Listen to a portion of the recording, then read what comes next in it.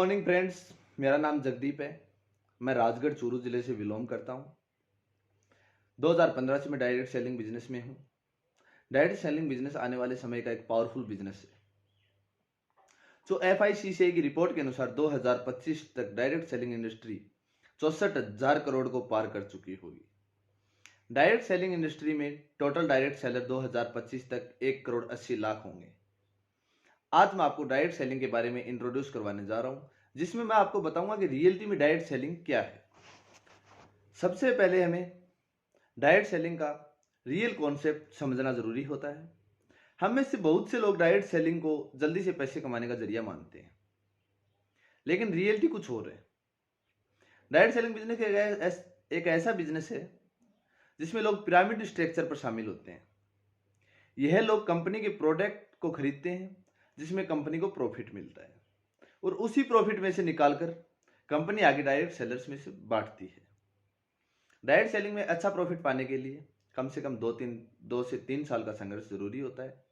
इस बिजनेस में सक्सेस सिर्फ 0.04% लोगों को ही मिली है, जो कि एक IIT इंस्टीट्यूट में शामिल होने से भी कम है।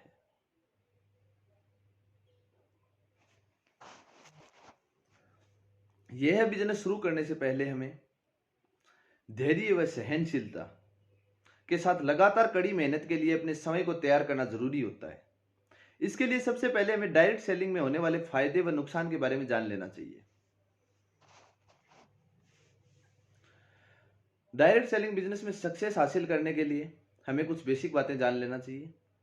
एक अच्छी डायरेक्ट सेलिंग कंपनी, एक विश्वसनीय डायरेक्ट सेलिंग कंपनी चुनना हमारे लिए बेहद जरूरी है। अगर ऐसा नहीं होगा तो हमारा डायरेक्ट सेलिंग का करियर गलत दिशा में जाएगा। डायरेक्ट सेलिंग कंपनी चुनते समय हमें कुछ बातों को ध्यान में रखना होता है, जैसे लक्षित लोग, प्रोडक्ट और सर्विस, कंपनी की मान्यता और अपलाइन। लक्षित लोग, सबसे पहले हम ये जानते हैं कि आखिर ये लक्षित लोग कौन है। ये वे लोग हैं जिन्हें या तो हम अपनी कंपनी का प्रोडक्ट बेचने जा रहे हैं या फिर उन्हें कंपनी में जोड़ने जा रहे हैं। डायरेक्ट सेलिंग हमें दो काम करने में, प्रोडक्ट सेलिंग और दूसरा रिक्वायरमेंट, इसी के ऊपर हमारा प्रॉफिट होता है। हमें इसी के बेसिस पर लक्षित लोगों के बारे में जानना होता है। हम पहले अपने लक्षित लोगों के बारे में सोचते हैं, तो यह हमें बेहतर डायरेक्ट सेलिंग कंपनी चुनने में मदद करता है। सबसे पहले हमें अपने लक्षित लोगों की आवश्यकताओं और अन्य सभी बातों को समझना जरूरी है, ताकि इनको ध्यान में रखते हुए हम एक अच्छी कंपनी चुन सकें। प्रोडक्ट और सर्विस, प्रोडक्ट और सर्विस हर डायरेक्ट सेलिंग कंपनी की रीढ़ की हड्डी होती है। इसलिए डायरेक्ट सेलिंग कंपनी की प्रोडक्ट्स के बारे में हमें पहले ही जान लेना चाहिए। बेसिकली डायरेक्ट सेलिंग कंपनी के प्रोडक्ट महंगे होते हैं, क्योंकि डायरेक्ट सेलिंग कंपनी में नेटवर्क में बांटने के लिए अधिक प्रॉफिट की आवश्यकता होती है। क्वालिटी और उपयोग घटक के नाम पर प्रोडक्ट्स अधिक महंगे नहीं होने चाहिए, क्योंकि ज्यादातर लोग मध्यम वर्ग या फिर मध्यम वर्ग से नीचे हैं। जैसे हम किसी को जबरदस्ती फॉर्च्यूनर लेने के लिए बोलते हैं, तो क्या वो फॉर्च्यूनर लेगा? नहीं। जिसका बजट एल्टो लेने का है वो फॉर्च्यूनर नहीं ले सकता। वैसा ही प्रोडक्ट्स के साथ मार्केट में होता है। हम प्रोडक्ट्स का विश्लेषण करके एक पिरामिड योजना और डायरेक्ट सेलिंग कंपनी के बीच अंतर निकालते हैं, जो हमें फ्रॉड से बचाएगा।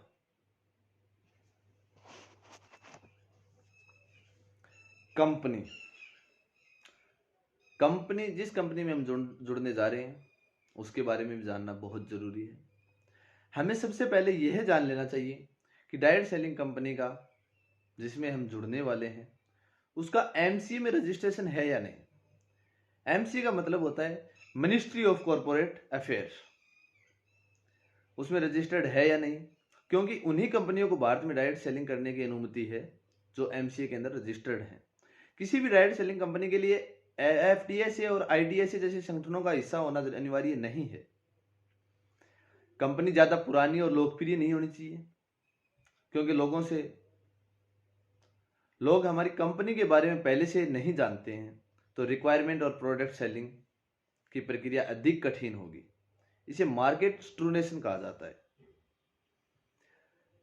कंपनी ज्यादा चर्चित नहीं होनी चाहिए। कई बार चर्चित होना भी फायदेमंद होता है।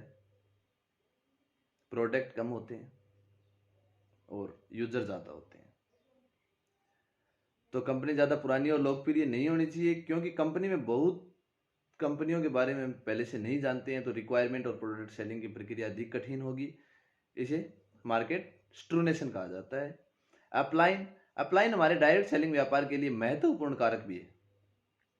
हमें हमेशा एक ऐसी अपलाइन चुननी चाहिए जो हमें डायरेक्ट सेलिंग सिखा सके और हमारी हेल्प कर सके। हमारी अपलाइन भरोसेमंद होनी चाहिए और हमें अपने स्किल सुधारने में हेल्प करने वाली होनी चाहिए। और हमें उन लीडर्स के लालच में कभी नहीं आना जो अपना नेटवर्क बढ़ाने के लिए मोटिवेशन और फोर्स का यूज करते हैं। ये कोई जरूरी नहीं कि जो हमें इस इंडस्ट्री में लेकर आता है वह हमारे लिए एक शानदार अपलाइन होगा। हमें उसको समझना बहुत बेहद आवश्यक है। सीखना व स्किल्स बनाना शुरू करें। एक अच्छे लीडर्स के साथ एक अच्छी कंपनी में शामिल होने के बाद अब हमें इस बिजनेस में काम करने के लिए कुछ स्किल्स सीखनी और बनानी होंगी। डायरेक्ट सेलिंग में बहुत से लोग सीखने पर ध्यान नहीं देते हैं और पहले दिन से ही प्रॉफिट की उम्मीद करना शुरू कर देते हैं, जो कभी संभव नहीं है। हमें अपने communication, marketing and presentation skills पर काम करना चाहिए। इन स्किल्स को सीखने का सबसे बेस्ट तरीका हम अपने अपलाइन को फॉलो करें और देखें कि वह कैसे प्रोडक्ट को यूज करवाते हैं और बेचते हैं। बस उनको देखें और काम समझें। डायरेक्ट सेलिंग बिजनेस करने के लिए अपलाइन के मूल मंत्र और नकल करना स्टार्ट करते हैं।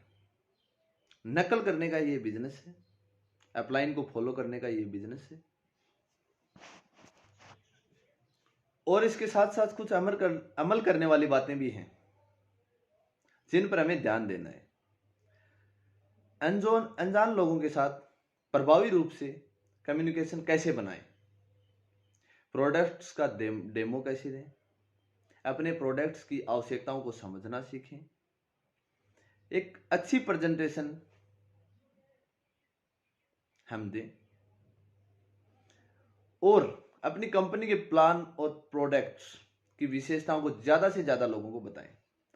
जितना ज्यादा हम लोगों को बताएंगे, जितनी ज्यादा प्रेजेंटेशन हम करेंगे, जितने ज्यादा प्रोडक्ट के डेमो हम करेंगे, उतना ही ज्यादा प्रॉफिट होने वाला है दोस्तों। तो आज के लिए ये टॉपिक इतना है। बाकी नेक्स्ट वीडियो में हम लिस्ट के ऊपर चर्चा करेंगे।